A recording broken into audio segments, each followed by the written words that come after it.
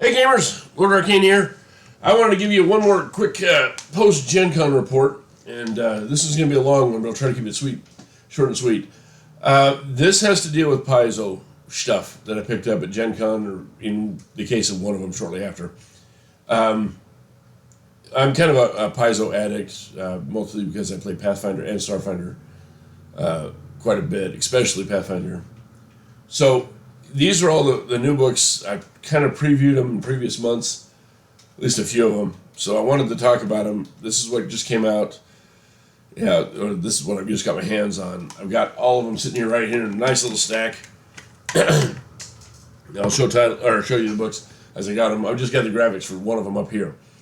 So, without any further ado, let's talk gaming and hernias, apparently. Lots of books.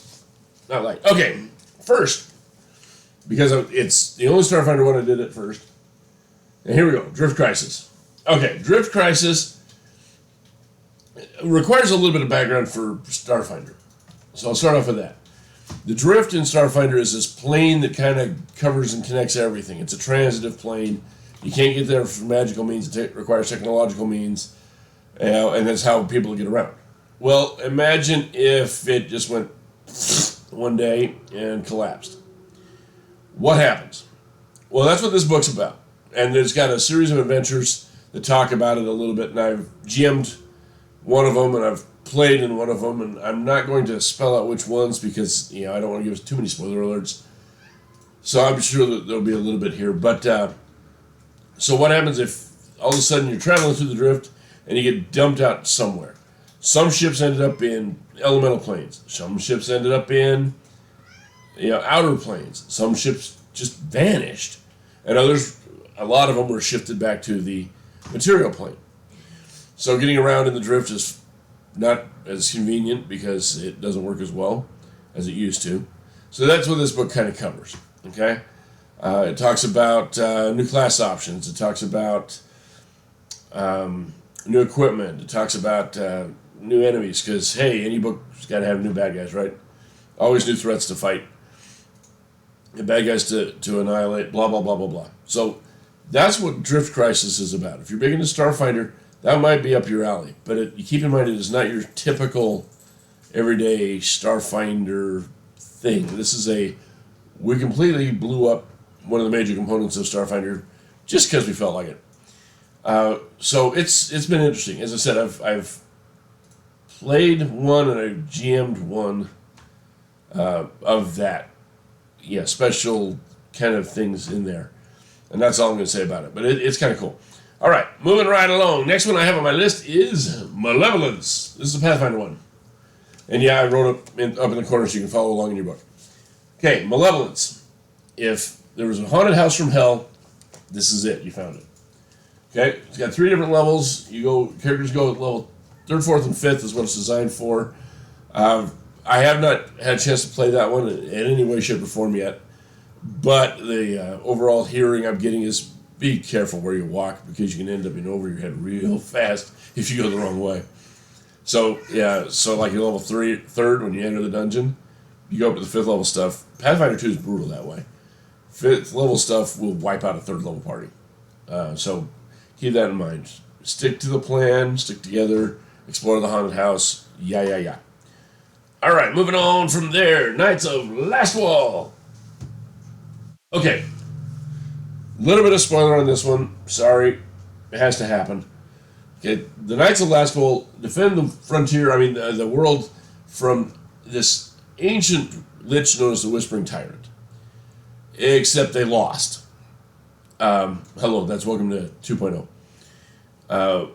As I said, spoiler alert. So this is talking about the organization. It's talking about within the Knights of Lastwall, the different orders of knights they have, and some of the different things that they've got there. There's new deities that appear. There's character options, some adventure ideas. It's a fairly good book for the fight the undead style campaign. So, yeah, I guess if you want your zombie apocalypse in Pathfinder, there you go. But no, it's got quite a lot in there along that lines. Next on the list. Okay, Again, not really a spoiler alert, but I'm going to tie into another book that this is similar to. Okay, Abomination Vaults is essentially the Pathfinder 2.0, and I hear it's coming out for 5e, but I don't have full details on that. That wasn't my goal. But Pathfinder 2.0 version, essentially, of the Emerald Spire.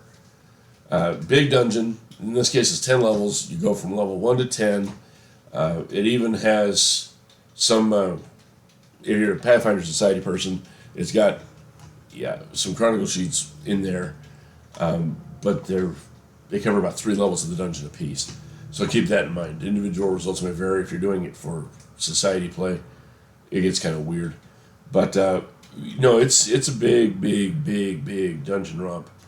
As I said, very similar to Emerald Spire, and the whole concept has a big map of this is the complex right up front, et cetera, et cetera, et cetera. It's not much to say. It's a dungeon romp. Okay, last, but definitely not least, Dark Archive. Okay, and that's the picture you got there. Dark Archive is, if I were to put a word to it, it's Occult Adventures 2.0. So, the Occult Adventures, if you're familiar with it, old school Pathfinder, was all the weird, creepy things that go bump in the night and had psychics and weird things like that. So, in this case, it has 2 new classes. It's got psychics and the thaumaturge. It's got a bunch of different encounters out there, and they label them cryptids, to which my wife's probably perking up. Yeah, long story on that one, but they add a template so you can turn any creature into a cryptid type creature. So that ties in with that, and then you got a whole slew of them in the book, and then they've got how to handle curses and how to handle cults and how to handle different mindscapes. Things along that line.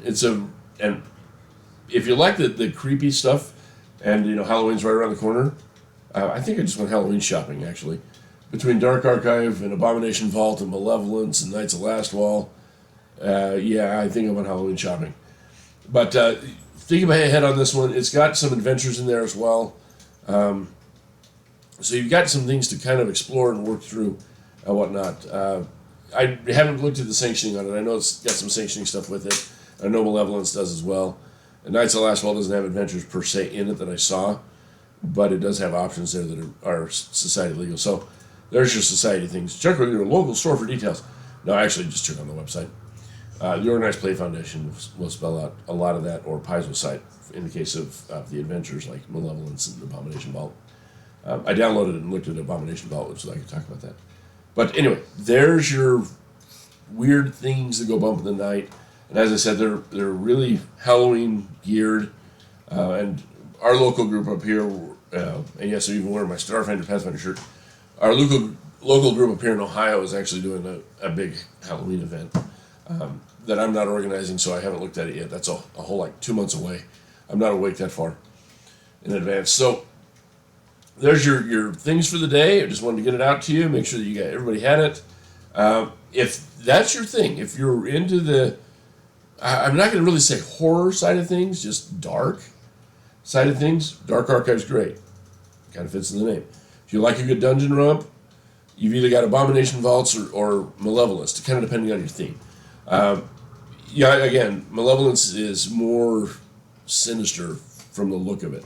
It's a haunted house, essentially. And then Abomination Vaults is just your typical dungeon romp. And then Knights of Lastwall is a great option for undead slaying and organization. It's a lot of lore in that book that deals with that. So, and Drift Crisis, just touching back on that. Starfinder, the whole thing goes boom and weird things happen. It's been, that one, as I said, I have played. It's the only one that I've actually played any of the material from. And it's a lot of fun. So, anyway, I'm going to let you guys go for now. Have a great weekend. Keep gaming. Keep rolling dice. May the D20s be ever in your favor. And I'll catch you later, guys. Ciao.